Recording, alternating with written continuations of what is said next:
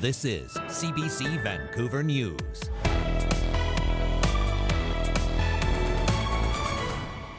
This plan aims to help people get off the street into homes. Amid growing safety concerns, the province and the city of Vancouver announces new housing on the Downtown Eastside. To see all that just gone overnight, pretty heartbreaking. A cannabis shop in East Vancouver has been forced to close its doors for good after a fire ripped through the building. I would not go to somebody else's territory and disrespect the decisions that their community and their leaders would make. The city of Vancouver and some Indigenous communities want to remove a memorial honoring residential school victims.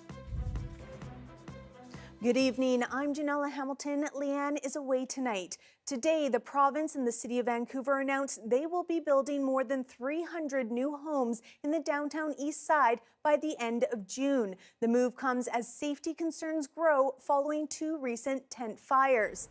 The province hopes to provide enough housing for those sleeping in encampments along East Hastings Street, where more than 100 people live in makeshift shelters.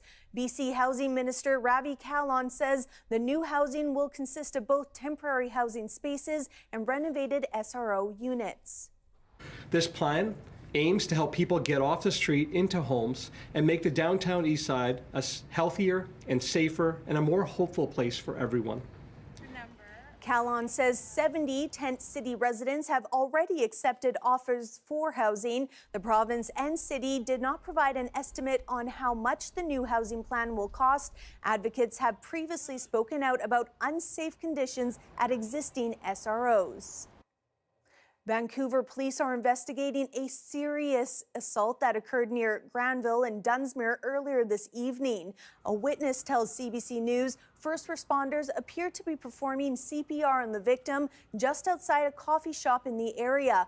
Police say the victim has been taken to hospital with serious injuries. One person has been arrested.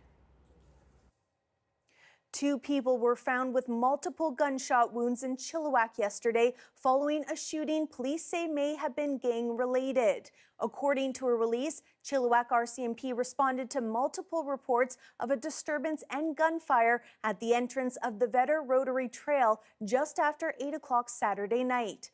When police arrived, they found two victims with multiple gunshot wounds. Both victims were transported to hospital with serious injuries. RCMP say the investigation is in its early stages, but the incident is believed to be targeted and may be linked to the ongoing Lower Mainland gang conflict. Chilliwack RCMP are looking for any witnesses and dash cam footage from the area around the time of the shooting. A newly opened cannabis shop in East Vancouver is being forced to relocate after a fire ripped through its building Saturday. Now the owners are concerned it may take more than a year to secure a new permit for a new location, and as Michelle Gomez reports, that could mean a major loss to their livelihood. After 2 years of getting permits in order, Generation Cannabis on East Broadway finally opened its doors in December. But just a few months later, the building is burnt beyond repair. Robert Howes is one of the shop's 3 owners. We were just ecstatic to be open, and we were embraced by the community, and it was going really well. So to see all that just gone overnight, pretty heartbreaking. Because cannabis retail permits are tied to a location rather than a business, they now have to go through the entire permitting process again. It's very daunting, it's very overwhelming because, again, it's the license is very much tied to this exact location. The community had to approve it. The community has time to decide whether or not they want a dispensary here. That's part of the process.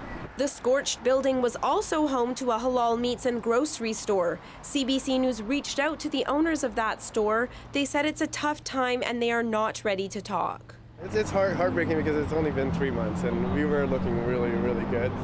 For John Olin, running the cannabis shop provides for his family. When my 6-year-old daughter got diagnosed with leukemia, I decided I needed to go a different route to kind of take care of my family, and opening a business and starting my own thing was really a dream come true. Olin says the business was doing well and loved by many community members. He says going months without income will be tough. This shop was everything to me. I spent the last 2 years actually just sacrificing it all to try and open the shop. Vancouver Fire Rescue Services says more than 40 firefighters responded to the call Saturday, spending hours putting out the blaze. The building was vacant at the time of the fire. The owners of Generation Cannabis hope to find a new spot in the same neighborhood. We have disabled customers that can't travel easily, and for them it was a blessing to have us here, and we were happy to be here and serve the community. Howe says several customers have come by offering hugs and kind words. He hopes the City of Vancouver will expedite the permitting process for a new location so they can be back behind the counter soon. Michelle Gomez, CBC News, Vancouver. More than a dozen BC ferry sailings have been canceled over spring break. The company says it's due to a lack of staff. In the past 8 days, 19 sailings have been canceled, the majority of those because there wasn't enough crew members to safely operate the ships. The staffing shortage has been an ongoing issue for BC Ferries. Last month, the company launched a hiring blitz with the hopes of hiring 500 new employees. In a statement, a spokesperson says there is a worldwide shortage of mariners, and BC Ferries is working hard to fill vacancies ahead of the busy spring and summer seasons.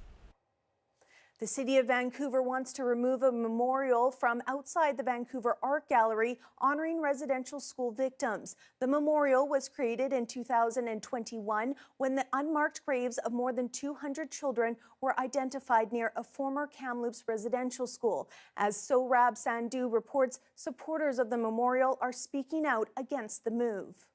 Hundreds of pairs of children's shoes and soft toys line the steps of the Vancouver Art Gallery, a memorial to the students of BC's residential schools. But after 2 years, the city and each of the 3 Indigenous governments want the unofficial memorial removed. We're not saying that we don't support the memorial. It's just got to be located in a different site so that every one of us, whether they're from BC, Quebec, Ontario, anywhere in Canada, wanted a place to mourn, we'll find the right location. In a statement, the city says it is protocol for the First Nations to be consulted before the memorial was installed, adding memorials are temporary in nature. Chief Wayne Sparrow says no verbal permission was given. I would not go to somebody else's territory and disrespect the decisions that their community and their leaders would make, and I think that's all that we're asking in return. Haida artist Tamara Bell created the memorial in late May 2021 after the suspected graves of 215 children were identified near the Kamloops Indian Residential School. Since then, a group of volunteers has been looking after the memorial on Robson Square in downtown Vancouver, and they do not want to see it go. CBC News spoke to this woman on Friday outside the memorial. She says the site has become a place people affected by the tragedy can grieve. I think the memorial should stay up and keep the message strong because our babies haven't been found. They're still finding bodies all over these residential schools. Church says the memorial also teaches others about residential schools. A lot of people that walk by here are tourists and they don't have an idea of why we're here. People in Vancouver having mixed reactions about the memorial's removal.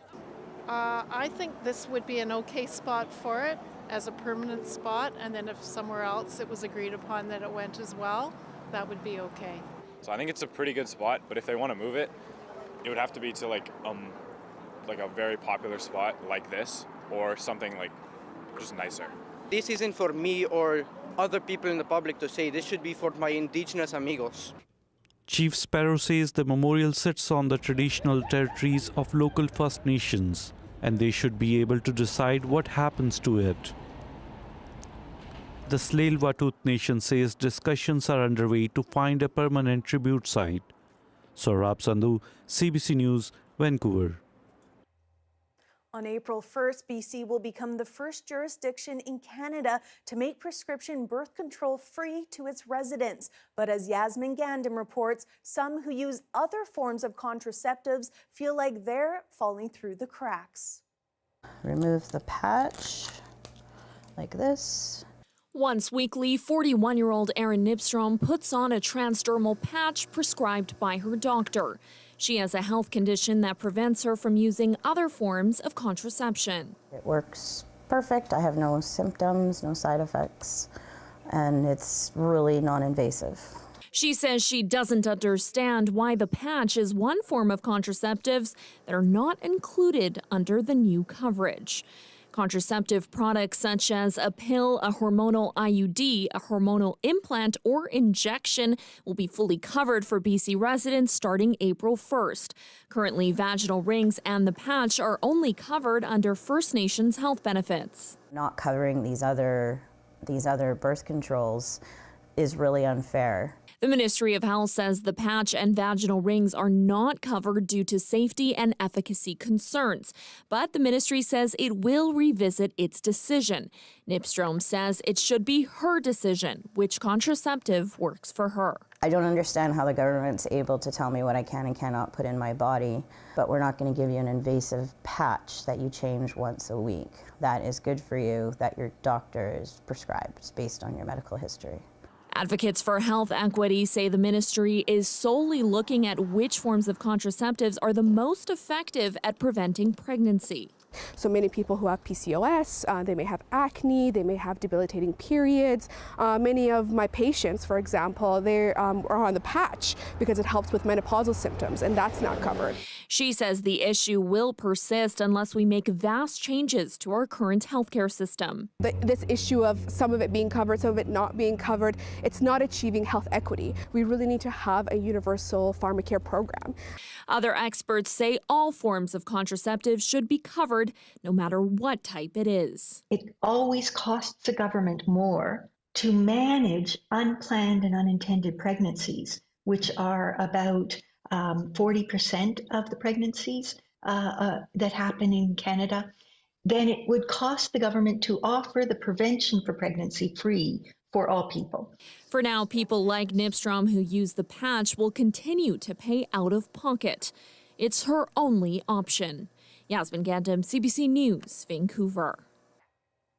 BC's Minister of Trade was in the U.S. today, drumming up excitement and investment in the province's mass timber industry. Mass timber is made from smaller pieces of wood stuck together with glue and nails. It's primarily engineered wood products. We're using mass timber now in places where we were just using concrete. One of the main benefits is that it can be made from less developed trees, leaving large, valuable old-growth trees intact. Mass timber can also be made from trees killed by the mountain pine beetle. If we are going to be moving the industry more and more to smaller trees, less old growth, it's important that we find end uses where that wood can be used. And mass timber is definitely one of those. Gaston says mass timber may be the future of the industry. The delegation that headed south today is part of the province's Mass Timber Action Plan. A well-known Vancouver prop master is retiring, and earlier today his sought-after collection and custom pieces were auctioned off, many of which have appeared in multiple movies and TV series over the years. But he says it's time to move on. We're conducting a public auction, and you get to buy a chance to buy a piece of Hollywood from one of your favorite TV shows or movies. I'm like a big kid. I mean, where do you get, guns like this from Battlestar Galactica? I mean, what item do I find? Downstairs there's a rocket ship. It goes on. There's hands, there's teeth, there's helmets, there's heads. I could spend weeks looking at all this stuff. This is like a museum. We're actually auctioning off a museum. Being in the film industry is really unique. People don't realize what actually goes in it. Actually, what's really interesting is Booth is still alive. And the fact that Bruce is here to talk about it, that's a blessing in disguise. Well, I like to think of myself as a sculptor.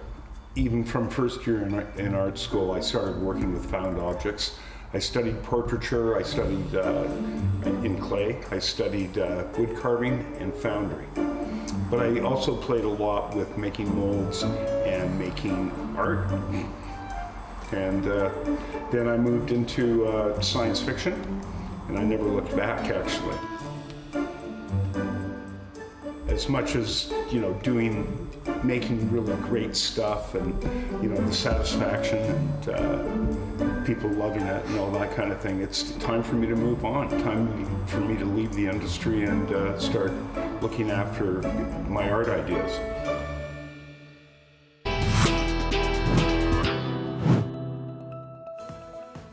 The governor of Mississippi declares a state of emergency after tornadoes kill at least 26 people in 2 states, leaving entire communities almost completely destroyed. That story is next.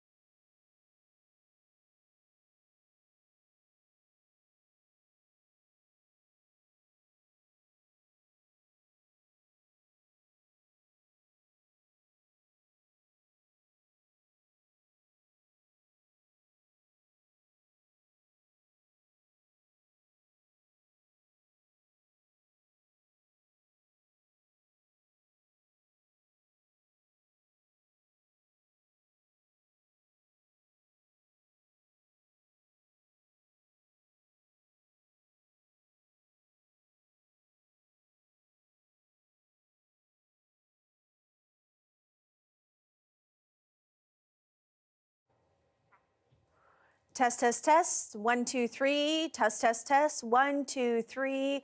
A 16-year-old teenager is dead after another violent attack on Toronto's public transit system. Police say the victim was sitting on a bench last night. Thank you.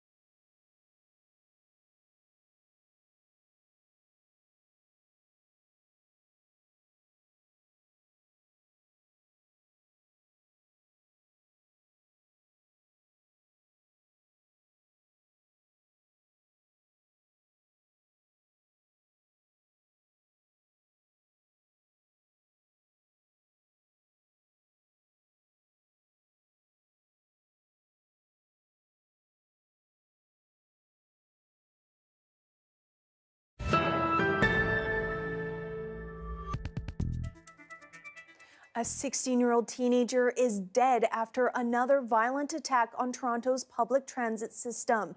Police say the victim was sitting on a bench last night when he was approached and stabbed. Police say it was unprovoked. He was rushed to hospital but later died of his injuries. A suspect is in custody and has been charged with first-degree murder. Extra transit police were deployed following a series of attacks in January. The unofficial Roxham Road border crossing has now closed, but some asylum seekers are still turning up, hoping they may be among the few lucky ones who are not turned away and sent back to the U.S. As the CBC's Kwabena Oduro reports on the new rules and what many fear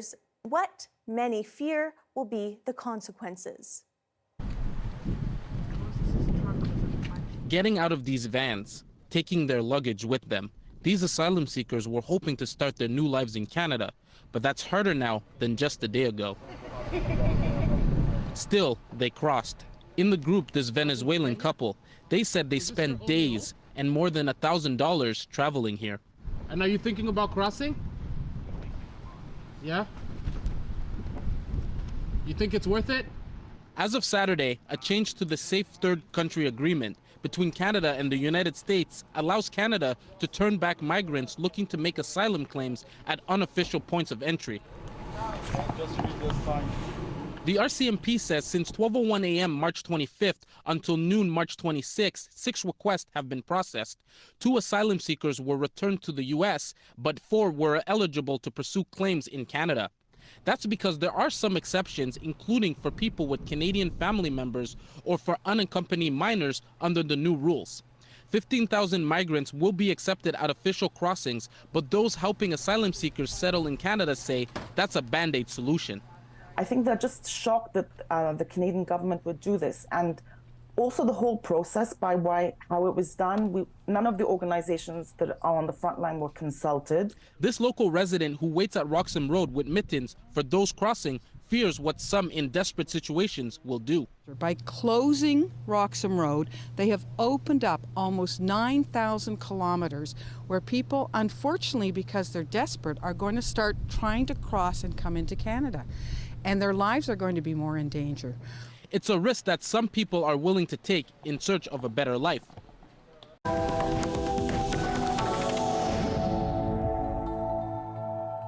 To international news now. Early this morning, U.S. President Joe Biden issued an emergency declaration for Mississippi, freeing up federal money for the areas hit in this weekend's devastating tornado. Recovery efforts have begun, but people are still taking in the destruction. The CBC's Susanna De Silva reports. Despite the devastation. Yes, I actually was born on this street here, a few houses down, and I grew up over here. LeBryant Knight knows exactly where everything was. Well, houses, this was a store, this was the neighborhood laundromat, this is where people paid their bills. Knight took shelter in his mom's room in their town of Rolling Fork with her, his nieces, and nephew as the storm hit around 8 p.m. Debris flying, hitting us in the face. I just covered them, grabbed them, and was hoping we didn't fly away. But as soon as I say that, 10 seconds later, everything was over. Over for Rolling Fork, but that was just the beginning of the storm's devastation, tearing across the state, hitting one community after another for an hour, then forming another devastating tornado more than 250 kilometers away from where it started. This was inside the Amory High School as the storm blasted above. Experts say a tornado lasting that long is exceedingly rare. It was some of the most frightening radar images I've seen. Each storm is unique, but on average, 10 minutes is the time it's on the ground. So this is unusual. The storm hit some of the state's poorest areas. If you're in the path, it's a danger. And if you don't have good housing, it's a real danger. The death toll so far more than 24, including Robert Lee. Kind person, very bubbly spirit, outgoing, wonderful teacher. Along with grieving, thoughts of what comes next. We won't forget it, but we'll get back to a normal state, hopefully. A long process for many, as the year's tornado season is just beginning. Susanna De Silva, CBC News, Vancouver. Here we have a live shot of Canby Street and City Hall in the background. I'll have your full forecast coming up next.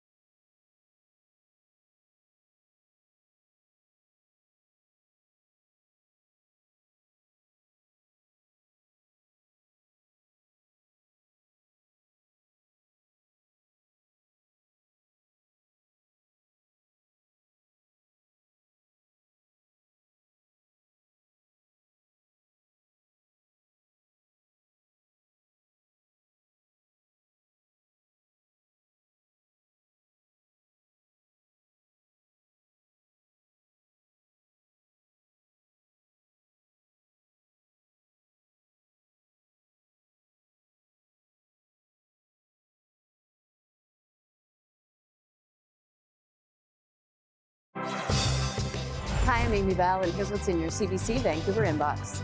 On April 11th, join CBC Vancouver's Johanna Wagstaff at the Alumni UBC webinar with Dr. Simard and her work on the Mother Tree Project. The focus is to connect First Nations, forestry companies, government, and academics to create resilient forests and stewards of the land. Register at alumni.ubc.ca. And on April 15th, join CBC at the Vancouver Vaisakhi Festival, a sixth celebration of the coming of a new year.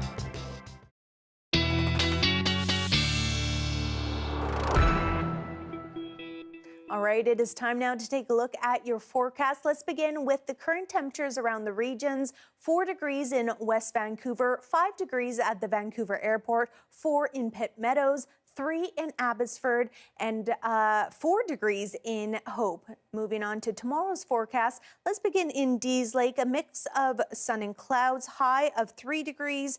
Wind chill, however, in the morning is going to be at -20, so still a bit chillier, even though that sun is shining nice and bright. Over in Prince George, 1 degree, mostly sunny, but again, a wind chill of -18 in the morning. Port Hardy, 9 degrees, mostly sunny. And over in Victoria, 10 degrees is the high for tomorrow with a chance of showers. Kelowna is seeing a high of 12 degrees for tomorrow with a chance of showers. And we'll finish off in Prince Rupert with 10 degrees and mostly sunny. Taking a look at our 5-day forecast here in Metro Vancouver. Tomorrow we'll see some showers, but a mix of sun and clouds as well with a high of 10. Tuesday will be a bit more sunny with 13 degrees as your high. Same on Wednesday. A little more cloud coverage on Thursday with a high of 13 as well. And on Friday, that sun is going to hide away and it's going to be mostly cloudy with a high of 10. That is your late news for this Sunday. Thank you so much for watching. For news at any hour, you can always head to our website, cbc.ca/bc. Have a great night.